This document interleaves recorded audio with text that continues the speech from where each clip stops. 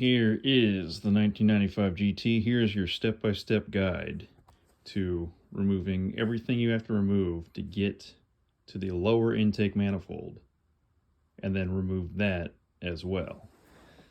So the reason we're doing this is because you see there's oil right there, and I already did this job. I had everything apart.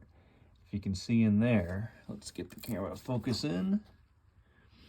Right behind the distributor with the one bolt holding it down, I put the cork pieces in on the front and back where the lower intake manifold bolts to the top of the engine, and I even siliconed it well, but it still slides around and oil will still get through those cork pieces. So I was told that I should have just built up a wall of silicone and tried that, because there's not a lot of pressure in that area. So once the engine's running, so we're going to try that. So step one is to disconnect the battery. Now I've already done that because I want it to sit for a while. You can put an 8mm socket on here, just loosen it, take it right off. Battery has been disconnected on this car for about 2 days, and we are going to relieve any fuel pressure remaining. So I guess you can call disconnect the battery be step one. Take off your little valve stem here, set that off to the side where you won't lose it, and you can push down on that piece there, and if you got a lot of fuel spraying out, then you still got some pressure. But if you got little to no pressure, you might still get a little bit of fuel coming out. You want to get all the pressure out of line before we disconnect our fuel lines. So step two would be that. So let's grab, and this is going to be a long video. We're doing literally step by step. So hang with me if you're doing this job on your car. And we can grab, we'll grab a rag. It's not going to be something you can just skip through the video and whatnot. It's going to be very, very in-depth. Okay, so we'll take just a metal rod here, and then we'll kind of pack. Let's try this. We'll pack the paper towel around it. We'll split it. So that way, and if any fuel comes out, it's going to go on the paper towel. So pushing that down. Okay, so just like I did this job before, I had the battery disconnected for more than a day. And as you can see, pushing all the way down, I got absolutely no fuel, no pressure coming out. So we are good to go there. So later, when I disconnect these fuel lines, fuel's not going to be spraying out like crazy. Okay, so now that we got that figured out, step three, I will say it, and a lot of this, some of this stuff could be done in any kind of order until you get down to certain things, but I'm going to say step three is we're going to take off the strut tower bar, and it's going to be 1, 2, 3, 4, 5, 6, 7, and 8 bolts, and they're all going to be the same bolt head, so the same socket. We're just going to make sure that they're not different lengths, because, and did I lose my 10mm like I always do, like every mechanic does? Nope, it's here with me. 10mm. Let's give that a shot. And so it is. Okay, so let me grab my ratchet. I'm going to break all those loose, and this will be step three. All right, doing it live. Nice, these are nice and tight still from the last time I did it. And when I took this off before, I actually took it in the shop because the paint was peeling on it, and I wire wheeled it off and I put it with a new coat of paint. However, you can see in a spot like right there, the paint chipped off. So maybe I should have done some more coats. I even did the high temp engine heat paint on this, so I may just have to lay down another coat. But it's pretty good actually. You know, looks a lot better than it did from factory paint I've been peeling off after 28 years. Get down to this third bolt here. It's right above the little fuse box there, so just be careful of that. The cover of that is plastic. You don't want to damage that. So I'm just breaking all these loose first.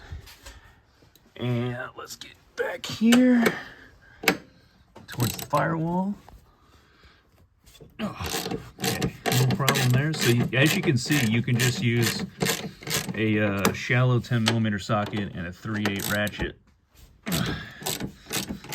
And it's really, they're no problem. Now in your car, they may be way more rusted out. I think going back, I put a slight dab of never sees on the threads just for longevity, in case I ever take it loose again. And here we are taking it loose again. Now as you get over to the passenger side here, this one you can get no problem. However, these two, you may have to grab a 10mm wrench, because this sensor going into the intake, or the airbox area, right past the airbox, is in the way. Possibly you don't want to damage it, because you would have to kind of pry, you put some tension on it to do so. So what I'm gonna do is, I think last time, I don't think I disconnected it here, although it looks like I can, but I'm worried about trying to put that back in later and there being some kind of air leak. So I'm just gonna leave that as it is. I actually disconnected this, so, but right now I don't need to. I can just grab my 10mm wrench. If I had a super shallow 10mm socket, I could get after it with a correct wrench. Oh, what do you know? That's a good pull. Didn't take too much time there. So there's my 10mm ratchet wrench. Wrenching wrenches are usually, you're not supposed to break stuff loose with it. But, when you're in the garage or you're any kind of mechanic, you got to do what you got to do. You also got to consider time that you're spending on something. You want to get it done some kind of fashionably early, soon, something. So I got both sides, or both these loose on the passenger side, and I'm actually just going to take these out. And we're going to take a note at the length of all 8 of these bolts. See if any one is a slightly different length. Take out the bottom one first. Oh, my flash went away. I don't know how to turn the flash on after I've already started filming, so I have to figure that out. But as you can see, there's the first bolt. I don't know if you can tell. Yeah, you can tell. There's a little bit of never sees there on the thread. So this one's about 1 inch long.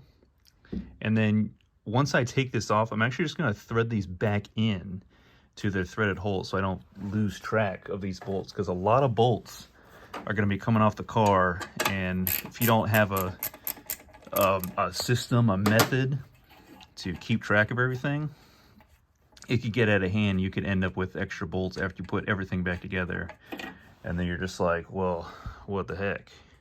So there goes another one. You can see both of these same length. They got their flat washer, and since I'm here, I could grab the impact, but sometimes you just feeling old school, you just want to do it manually.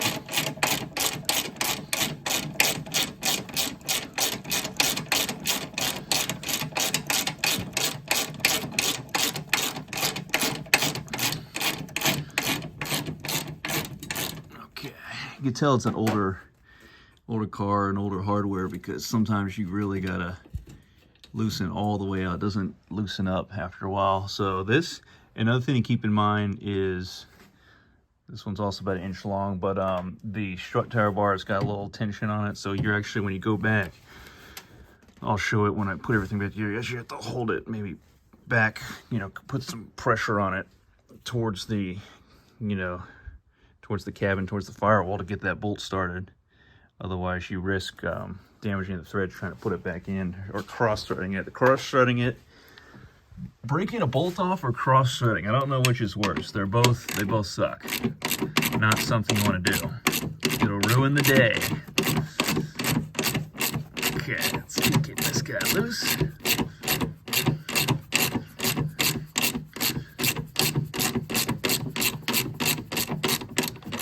Okay, that one's pretty good. I'll put it on here, see if it'll just sit there. Maybe I could just take this guy off. Yes, I can. This might have a bigger diameter washer. Let's compare it to the others. Yes, it does. So the 3 on the passenger side, and look at this. There's a bigger washer right here. So remember, that one is one of the 2 center ones. But again, we'll throw those back in here in these tapped holes once we take off the strut tower bar.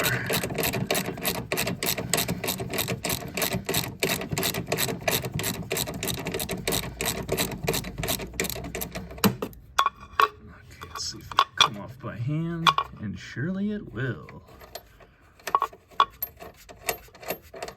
All right, we got 5 out so far, 3 to go. So coming back over to the driver's side, and with the handle end, be careful you don't smack or scrape against the fender here, because that is a piece you want to keep nice, keep the paint in as good of a condition as you can, unless you don't care about your car, but come on. It's a Mustang, take some pride in it. I know it's not a 60s Mustang, but it's my Mustang. It's the one I got for such a good deal, 1,500 bucks. So I thought about selling it, but I just can never get to that point where I can actually sell it. So it was such a good deal. First owner owned it for 25 years, took good care of it, and told me I got to take care of it for another 25. So I'm already in year 4, so let's see how far I can go with this challenge. Okay, these are coming out nicely. Again, I put a little never sees on them before I put them back in. Not everything should be never sees, like never put never sees, tongue twister, never put that on your lug nuts or your studs or your wheels, because you don't want your wheels coming loose. That's an absolute no-no. Certain hardware that goes down into something vertically, top down, that can usually be a never sees. It usually doesn't vibrate loose, especially since it's kind of has a little gravity helping it. Okay, we got all 8 of those bolts out. Now I should just be able to lift it out like so. I got one hand on this side. I'm gonna put the camera hand here on the, okay, got that. Now, strut tire bar is out of the car for now, as I said. So the 3 of these on the driver's side, they're all, yes, they're all the same length. So I'm gonna go ahead and just thread them in by hand a little bit into their threaded holes, because they're not interfering with the rest of this job.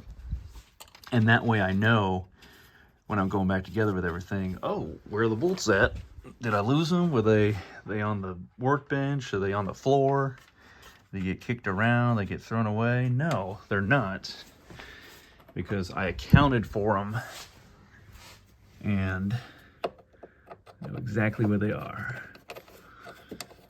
Now, some bolts you're not going to be able to do this with, so I am going to put them maybe in baggies or containers and label them. But since I'm videoing everything, I'll know for sure. I can look back on the video and say, oh, this bolt goes here, that part goes there. I got to do it in this order and whatnot. Okay.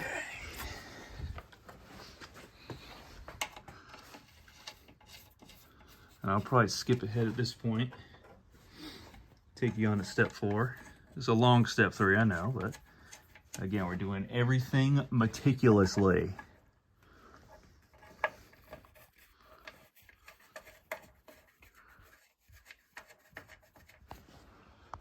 All right, step 4, I'm going to take this part of the airbox out. I'm going to leave the cone where in the filter, engine air filter is inside here. I'm going to leave that in place. There's going to be this clip here. There's going to be one down here that I'm going to disconnect. So for step 4, let's take this out, and then we'll also take the tubing to the throttle body out as well. So first thing, okay, I'm actually going to, since this sensor is kind of in the way of this clip, I'm going to take the sensor apart first. And what that entails is you have a tab right here that you're going to push down. And as you push it down, you can grab the other side with the other hand and pull it out. Now, I may not be able to do this. I mean, I've had it. That's better. Okay. So I'm just going to push in this tab, and I'll grab the other side and just kind of work it. As you can see, it's starting to separate, and just like that, it comes apart. So that's the beginning of step 4. And actually,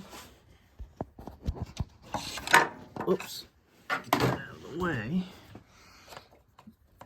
So this part of the sensor, the wiring, that goes down somewhere against the body. So the rest of it, you got the wire going to the intake tubing, and the rest of it going to this box here. So we'll just we'll kind of be taking out this whole piece as one. So we'll unclip right here. You're just gonna put your finger under here and lift.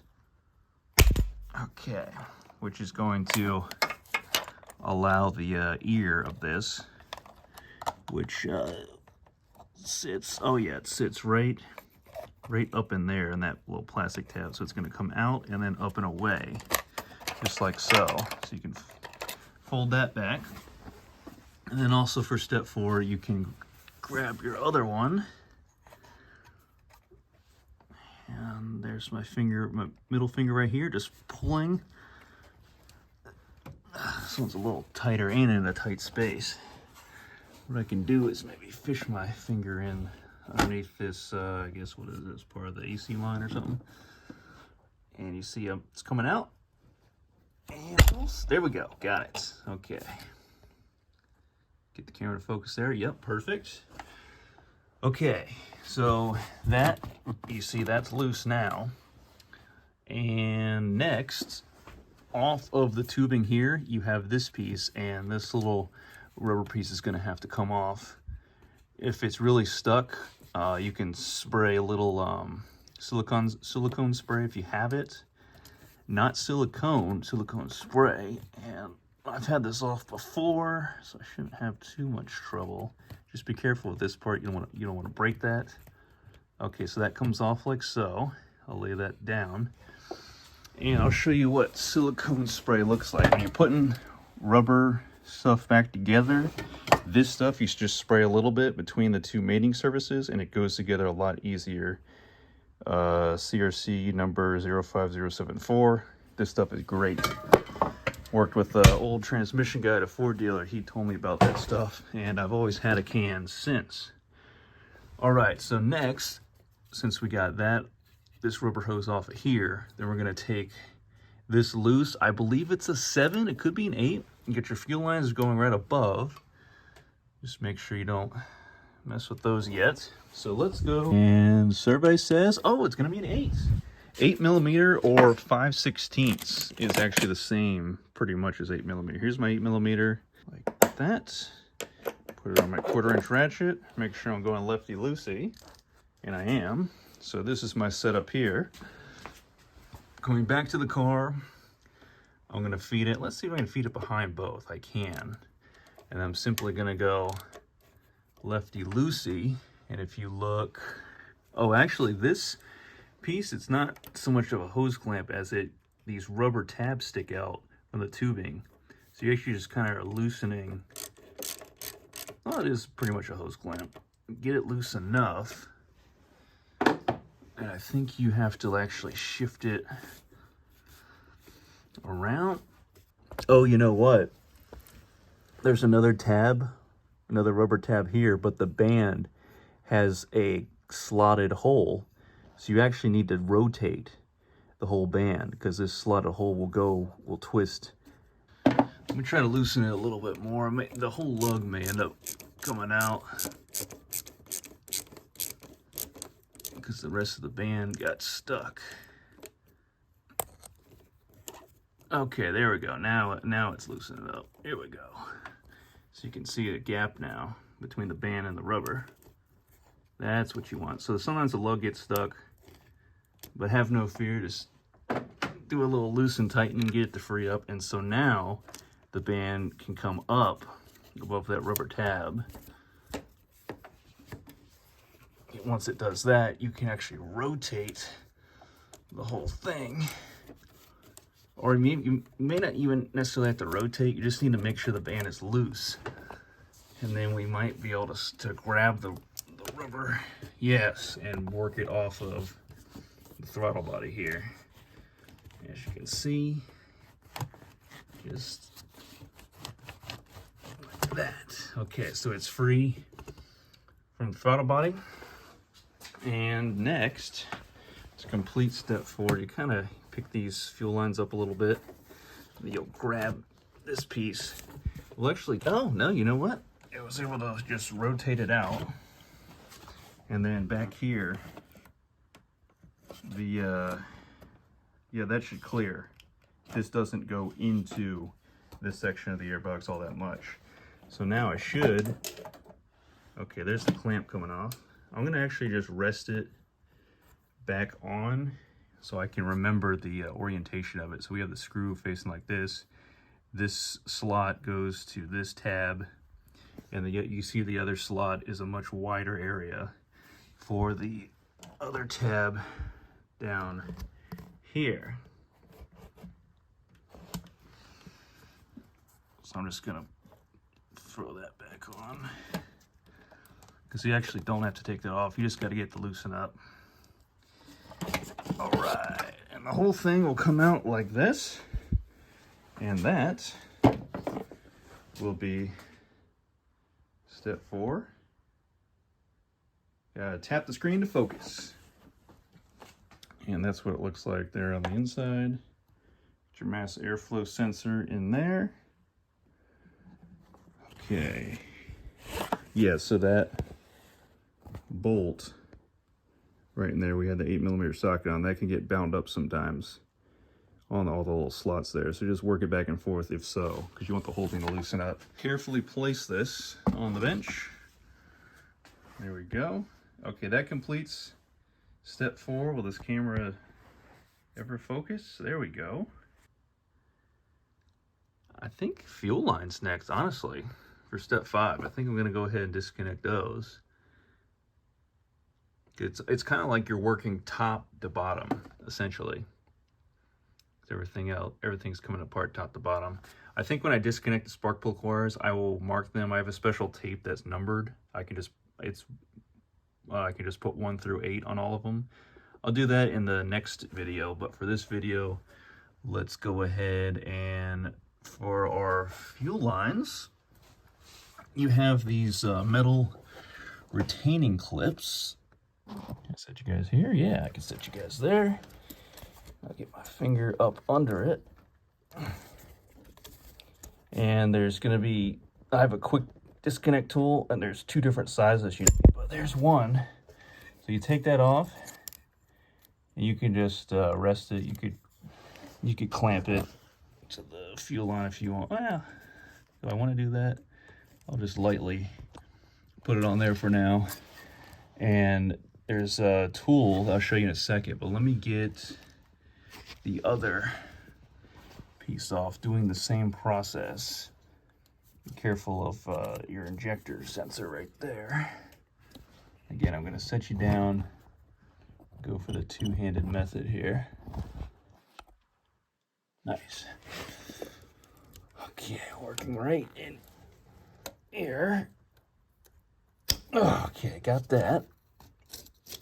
All right, this one's a little rusty, but she's still good. And I'll just put that off to the side up there. And to finish out step 5, everything's in the way.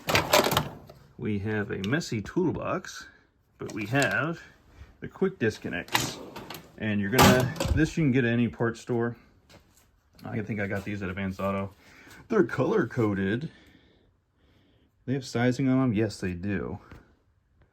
So this is 7/8, 3/4, 5/8, 1/2 inch, 3/8, and 5/16. Now, if I remember correctly, Christmas colors, I used red for the smaller fuel line, green for the bigger one.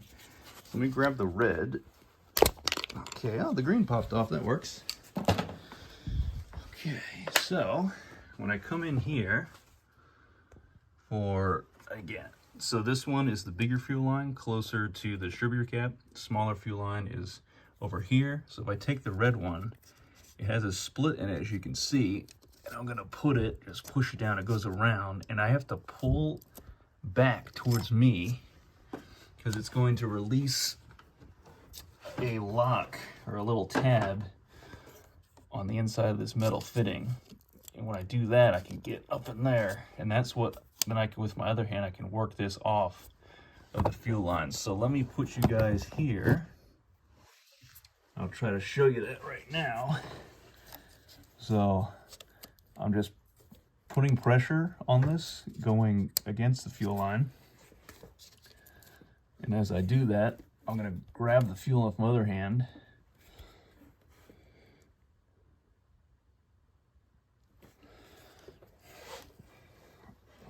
happen here. I think the line actually may be sliding against. That's not what I want to happen. Let me rotate this around, maybe that helps.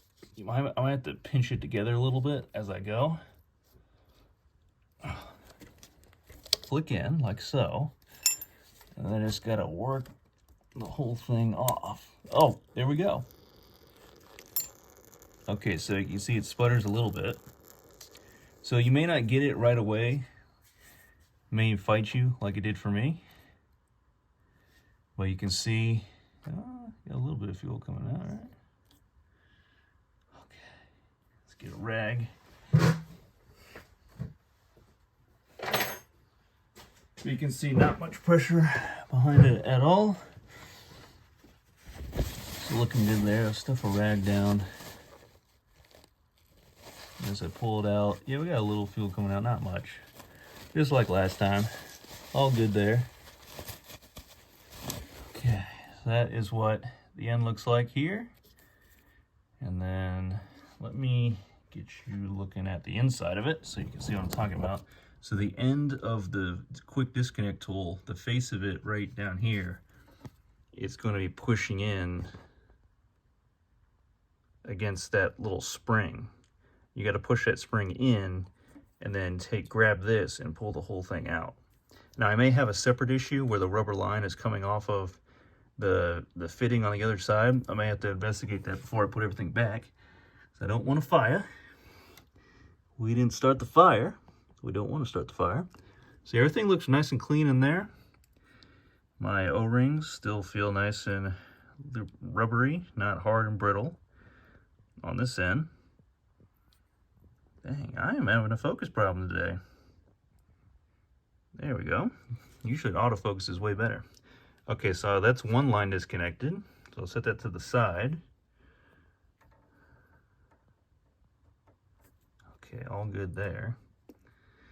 And then here is my green fitting for the bigger fuel line. So again, same process. It's split, so I'm gonna put it around this section of the fuel line. And so the one I can take off, I'll just leave it for now because I'm messing with this guy. And then same process, you can work it in. Like if I hold the phone, it's supposed to autofocus, but it's not until I tap on the screen, which is annoying. Okay, so that's clicked in. And if I set you guys here, hopefully you can see as well as you can. I'll grab the metal clips, so don't lose it. And I'll work this guy out. Nice, this one's coming out. Okay. Where's my rag at? Here's my rag. Catch any. All right, good to go there. Caught a little bit of fuel coming out, no problem. Okay, so this one also looks to be in good shape. Drain any fuel into the rag. We'll clean this area up later. Okay, so both fuel lines are disconnected. And you can't mix them up. One's bigger, one's smaller. The bigger one can go into the bigger hole only, and the smaller one will be loose fit into the big hole. So that is my setup there. So I'll take both fuel lines, might wrap some rags around the top of them, but basically you can pretty much set them to the side. They do have a little clip here that holds them in if you need a little more slack to move them out of the way. But for now, I can just kind of rotate them over. And I'm going to put a rag over them, but I might stuff them in this hole just to keep them from, constantly flinging back out into my work area. So let me do that. But that does conclude step 5 for disconnecting the fuel lines. Okay, so just being overcautious, put a Ziploc baggie, a zip tie around it. I got the fuel lines in there, got a rag underneath it, collect any other drips of fuel that drip out. Just put 2 little pieces of paper towel in the holes. Don't want any dirt or anything getting down in there. So for step 6, we're going to be taking the throttle body off. Now we're going to have 4 of these nuts. They have studs coming out, but you're just taking the nuts off.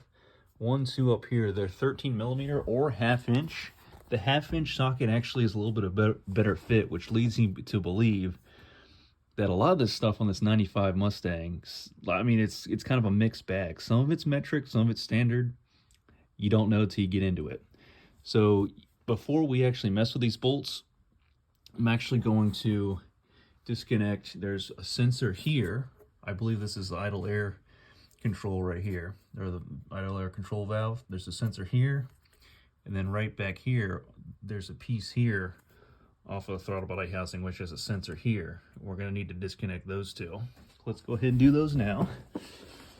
Now again, it's always good that I've had this apart before, so it shouldn't be too bad. But if I put you guys right there, that might be a perfect spot.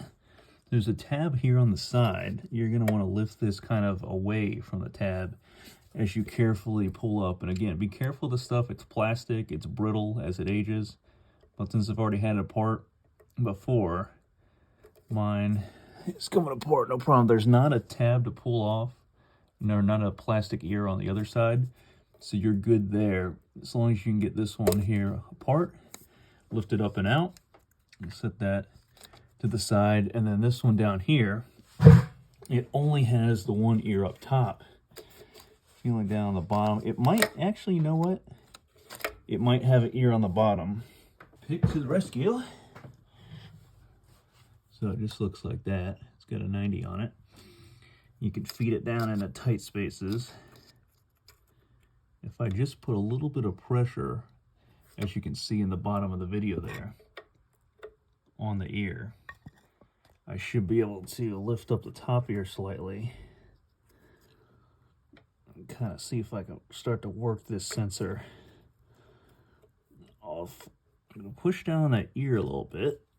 I'll take the screwdriver, and there's this metal housing here. I'll kind of pry off of it and pry in the middle of the sensor to get the bottom piece kicked out. Okay, if I can get that started, if I pull up on the top ear, okay, that's better progress.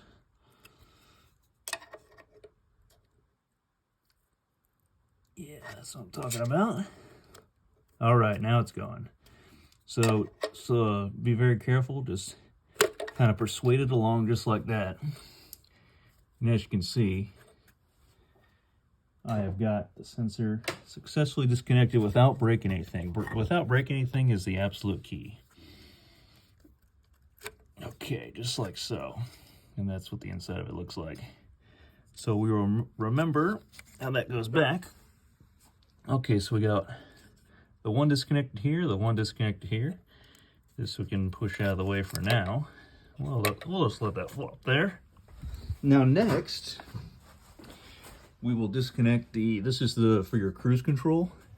I believe it just pops straight up out at you. It's just a plastic piece, yep, that sits right on this circular tab here, so that you can just lay to the side. And then we have the spring for your throttle cable right here. So as you press the gas, this cable is connected to your gas pedal, and then this spring here and possibly that spring there pulls back to bring you back to position 0 or 0% throttle. Now to get this spring, we have to disconnect it from the little tab right there, or a receiver, whatever you want to call it. So I'm going to put you guys here. Is that a good angle? Yes. And what I'm going to do is I'm going to pull the spring this way to relieve tension, so I can actually push the hook part and swing it out from the little grommet it's in, just like so. And I'll carefully let the tension out of the spring, because I think before I took it out and let it go and it flung here, and it might have flung off or something, but you just want to be careful with that. So there's some tension behind it. So we can just let this piece sit loose here. And we have those two connections disconnected from the throttle body. So now we can take our 4 bolts loose. I'm going to use the 1/2 inch. I already have the 6-inch extension with the shallow 1/2 inch socket because we have 4 bolts total. 2 you can see, 1 down here. Can I get you a view of that? Where are we at? Right where my finger is. Yes. Come on, get the phone in there. There's a bolt there, and there's 1 over. It's always tough to see. I apologize. But if I can get my phone just in the right spot, there's another bolt or a nut right there. So the top 2, I should just be able to get it with the shallow socket and the ratchet, but for the bottom 2, I am going to get the socket on first. You'll kind of have to put your finger where the nut is and feel for it so you can get the socket started, like so. And then you'll want to hold it there, and then you'll want to grab your ratchet. I'll take loose the oil cap, get it out of the way, because every little thing is going to be in your way. It's just how it is working on cars. So keeping good tension, that socket is on there nice and square. I will crack it loose, just like so. Get the hardest nut or bolt. If you're taking something apart, get the hardest one out first. And I'll just unthread it all the way. And I'll put my other hand underneath so I can catch the nut so I don't drop it and lose it. And then, you know, stuff can easily get lost in the black hole on cars. And look at that. We got the first one out. I'm going to set that to the side. I'll break the second one loose. And again, since I've already had it apart, it comes loose no problem. You can see the 1/2 inch socket fits. 1/2 inch socket and 13 millimeter are pretty darn close to each other in size. 13 millimeter, if I look at my chart, is 511 thousandths. So it's about, it's about 11 thousandths bigger than a 1/2 inch socket. So if you had, let's say, a rusty bolt head or nut, or it had some buildup on it and you needed to like hammer on a socket, you might just try a 13 millimeter instead of a 1/2 inch, because that extra 11 thousandths of clearance might give you just what you need. Okay, so am I good to go? Let's see. But for now, for step 6, you just slide this right off of the elbow part of the intake manifold. And we have some clearance issues with the spark plug wires. Yeah, okay, so you can kind of finagle out of there. And yeah, I actually think I just left this on the car, because I'm not gonna disconnect the throttle cable from that. That's all in a fixed position. So I will just, honestly, I'll just lay this to the side. I think that's what I did last time. So that will complete step 6. And as you can see, there's the inside of my upper stock intake manifold. And oh yeah, of course, I'll thread the nuts back on. The intake manifold's aluminum, but it does have steel studs in there, which they have a round piece on the end. What about the other side? Maybe I think they just thread them in. No, actually, it looks like a press fit. There's a thread stop here. So maybe they just press them in. There's a press fit. Interesting. If you ever had to replace those. Highly unlikely. But I will put 4 nuts back on. That way we don't lose them. And that concludes step 6. I want to thank you guys for watching. And gals. There's got to be some gals wrenching in 2024, yeah? This will be part 1 of the step-by-step guide to removing all the stuff you need to get down to your intake manifold, lower intake manifold on your 94-95 Mustang GT. I can throw the oil cap back on. In part 2, we'll get into steps 7 through whatever I deem is an appropriate end for part 2. Then we'll get into part 3 after that. Like I said, I'm going to label the spark plug wires with the numbered tape that I have. We have the throttle body sitting off to the side. There's a lot more to go, so stay tuned. And we will keep cranking on this this job, all to fix an oil leak down in here. So it's pretty involved. Not many people are going to want to tackle it, but I'm making this step by step because there's going to be someone that wants to do it. And this can be a daunting job. Like, what the heck has to come apart? So I'm going to, this is why I'm showing you step by step. Thanks for watching. See you later, and subscribe.